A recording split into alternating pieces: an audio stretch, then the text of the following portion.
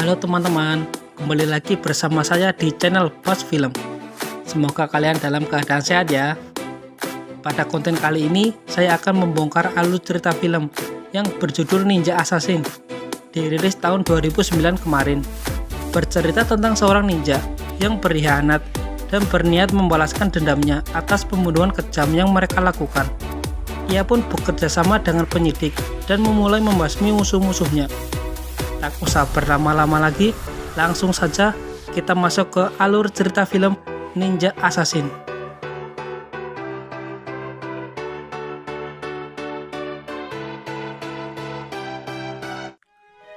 Film dibuka dengan seorang yakuza bernama Han yang sedang ditato oleh kakek bernama Waong. Dari belakang, tiba-tiba anak buah Han membawa amplop berisi pasir hitam. Kakek Waong langsung ketakutan karena dirinya pernah melihat pembantaian oleh bayangan misterius yang disebut ninja. Kakek Waong ditusuk pedang oleh sang ninja, tapi beruntungnya dirinya selamat karena jantungnya berada di sebelah kiri. Mendengar cerita Waong, semua yakuza pun tertawa karena ninja hanya ada di abad ke-14. Tak lama kemudian, lampu-lampu padam dan sang ninja pun membantai semua yakuza tanpa ampun. Scene berawal dari klan bernama Klan Ozunu yang dipimpin oleh Ozunu Sensei. Ozunu Sensei menculik anak kecil di seluruh dunia untuk dijadikan pembunuh bayaran saat dewasa nanti. Saat makan malam, Ozunu Sensei menunjukkan keistimewaan klan Ozunu, yaitu menyembuhkan luka dengan sangat cepat menggunakan mantra rahasia. Di pagi harinya, Ozunu Sensei melatih murid-muridnya dengan sangat kejam, terutama bagi Reiso yang ditunjuk untuk menjadi penerus klan. Saat Reiso dewasa, pada saat berlatih menggunakan pedang, lawannya melakukan kecurangan, sehingga Reiso merasa kesakitan. Hal tersebut membuat Ozunu Sensei marah dan langsung memukul ulu hati Reiso, serta mengatakan jangan kau mati hari ini. Di pagi harinya, Ozunu Sensei menemui Reiso untuk mengecek keadaannya. Ozunu Sensei melihat Reiso sudah menguasai sakitnya dengan melakukan meditasi. Saat siang, Reiso melihat kunoichi atau ninja perempuan bernama Kiriko yang sedang memotong kawat bonsai dan mengatakan kepada Reiso bahwa semua tubuh manusia memiliki jantung dan punya tujuannya masing-masing. Pada malam hari, Kiriko melakukan tarung bebas dan disuruh melukai lawannya, namun Kiriko menolak dan langsung menggores wajahnya menggunakan kunai serta mengurungnya di kandang bambu. Reiso yang tak tega secara diam-diam memberikan teh segar kepada Kiriko. Seiring berjalannya waktu, Reiso jatuh cinta kepada Kiriko. Saat malam tiba, Kiriko diam-diam kabur. Reiso yang tahu hal tersebut langsung mengejar Kiriko, karena jika Ozunu Sensei tahu, Kiriko pasti akan dibunuh. Tak lama kemudian, senior Ozunu menangkap Kiriko dan di pagi harinya, Kiriko dihukum mati oleh senior Ozunu yang bernama Takeshi dengan menusuk tepat ke jantung Kiriko menggunakan pedang. Saat Reiso sudah dewasa, Ozunu Sensei memberi misi, yaitu membunuh pria yang memakai jam tangan emas. Dengan susah payah, Reiso membunuh orang itu sampai bajunya berlumuran merah darah. Setelah berhasil membunuh target, Ozunu Sensei menyuruh menyimpan jam tangan tersebut sebagai tanda Reiso adalah seorang ninja. Ozunu Sensei juga menyuruh Reiso membunuh kunoichi wanita yang kabur sama seperti Kiriko dulu. Tanpa terduga, Reiso malah menebas muka Ozunu Sensei dengan senjata kusarigama miliknya. Dengan marah, Ozunu Sensei menyuruh ninja lain untuk membunuh Reiso. Reiso yang kewalahan karena kalah jumlah langsung dihujani shuriken dan jatuh dari atas gedung. Beberapa tahun kemudian, Reiso tinggal di sebuah apartemen yang setiap harinya melatih skill ninjanya agar suatu saat bisa membalaskan dendamnya ke Ozono Sensei. Di saat Reiso ada di tempat laundry, ada seorang wanita meminta bantuan ke Reiso untuk melipat kain. Reiso sadar bahwa dia adalah Kunoichi dan bertanya, "Dari mana asal klanmu?" Tiba-tiba Kunoichi tersebut menyerang Reiso. Dengan mudahnya Reiso mengalahkannya. Di scene lain, seorang agen yang bernama Mita Kurati menemui Ryan Maslow untuk menunjukkan kasus pembunuhan yang belum terpecahkan. Mika berasumsi bahwa semua ini ada hubungannya dengan klan ninja yang terkenal membunuh bagi para penjabat. Ryan sempat tidak percaya karena ninja adalah sebuah mitos. Mika kembali meyakinkan Ryan bahwa untuk menyewa jasa ninja harus memberi imbalan, yaitu 100 kg emas. Lalu Mika menunjukkan kasus Perdana Menteri Ryan bernama Alexei yang misterius. Tapi sehari sebelumnya, Mika menemukan transaksi bank Rusia dengan jumlah senilai 100 kg emas ke Shanghai. Mika kemudian meminta izin ke Ryan untuk menyelidiki kasus lebih lanjut. Keesokan harinya, Mika pergi ke rumah istrinya Alexei yang bernama Sabatin.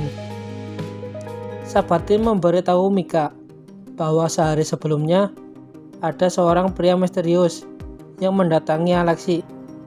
Setelah pria itu pergi, Alexei ketakutan dan memasang CCTV serta banyak lampu untuk menghalangi si pembunuh.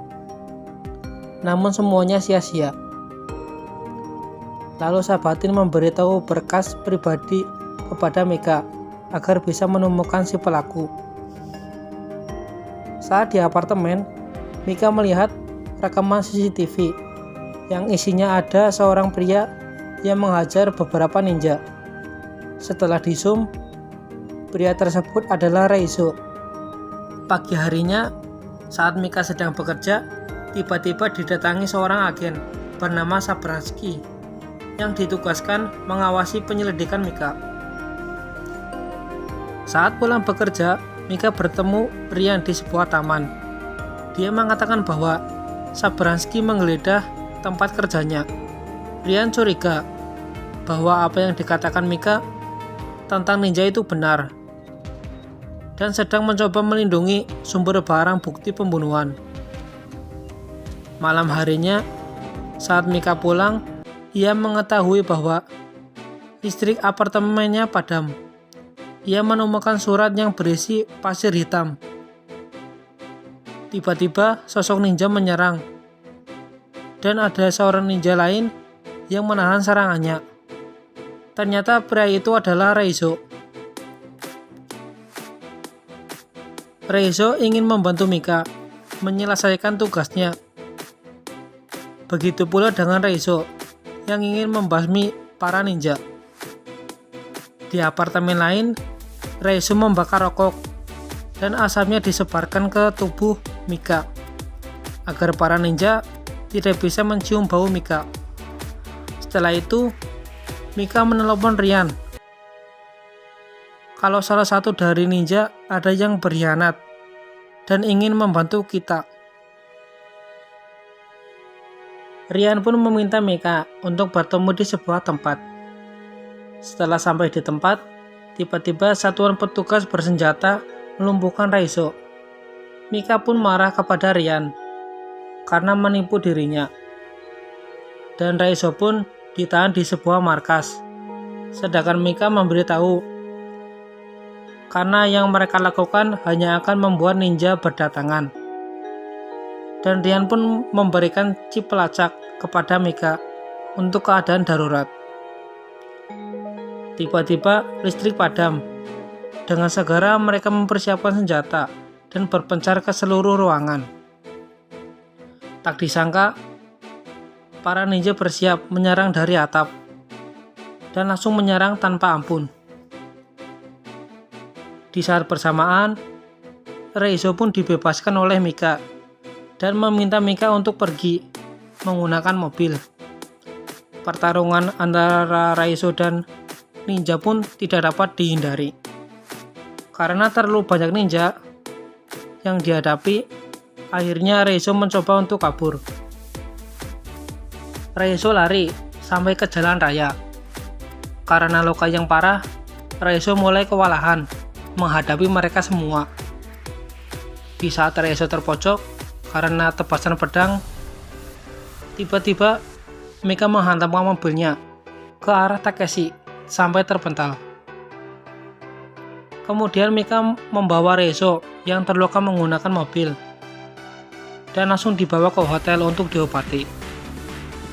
Reizo yang kehilangan banyak darah hanya bisa terbaring lemah, menahan sakitnya tebasan pedang dari para ninja. Kemudian Mika menaruh alat pelacak yang diberikan Rian ke tubuh Reizo. Lalu Mika membiarkan Reizo diculik oleh para ninja. Beberapa saat kemudian, Rian dan pasukannya datang. Tapi yang ditemukan hanyalah Mika. Mika pun memberitahu Rian bahwa dia sudah menaruh chip lacak ke tubuh Reizo yang memungkinkan mereka bisa melacak markas dari klan Ozunu. Sementara itu, Reizo kini ada di kandang besi yang akan dibawa ke markas klan Ozunu untuk dieksekusi. Di dalam perjalanan, Reizo menyembuhkan tebasan yang ada di perutnya menggunakan jutsu dan mantra. Seketika itu, luka pun sembuh tanpa ada bekas sedikit pun. Saat sampai di markas klan Ozunu, Reizo diikat pada satu tiang kayu dan disiksa dengan cara menekan bagian ulu hati oleh Ozunu Sensei. Seketika itu, Reizo langsung memuntahkan darah dan chip lacak yang sebelumnya ditanam oleh Mika. Tak lama kemudian, pasukan khusus mulai berdatangan dan menyerang para ninja. Serangan yang dilakukan pasukan khusus berhasil membunuh sebagian ninja Ozunu. Setelah membebaskan Reizo, Reizo pun langsung menuju ke tempat Ozunu Sensei. Sebelum itu, Reizo harus menghadapi Takashi dan ninja senior lainnya. Pertarungan terjadi sangat sengit. Dengan susah payah, Reizo berhasil mengalahkan Takeshi dan ninja senior lainnya. Di saat melawan Ozunu Sensei, Reizo sangat kewalahan dan mengakibatkan Reizo kehilangan banyak darah dan tebasan pedang dari Ozunu Sensei.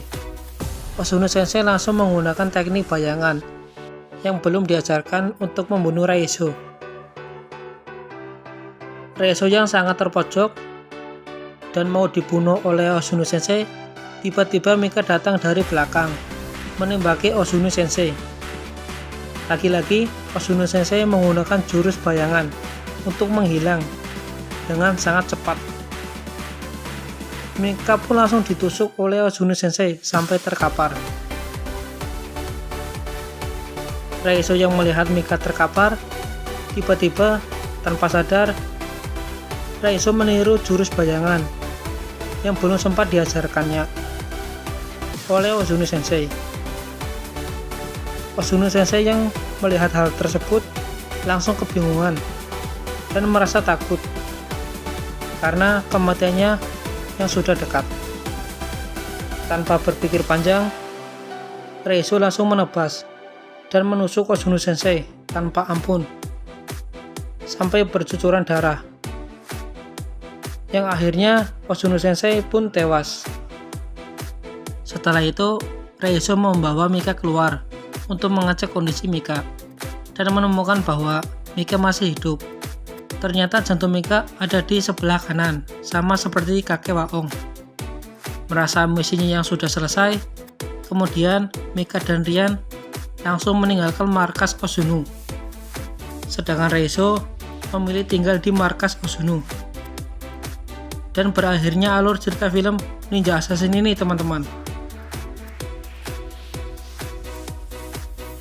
Semoga kalian terhibur dengan alur cerita yang saya bawakan. Sampai jumpa di konten saya berikutnya. Dadah!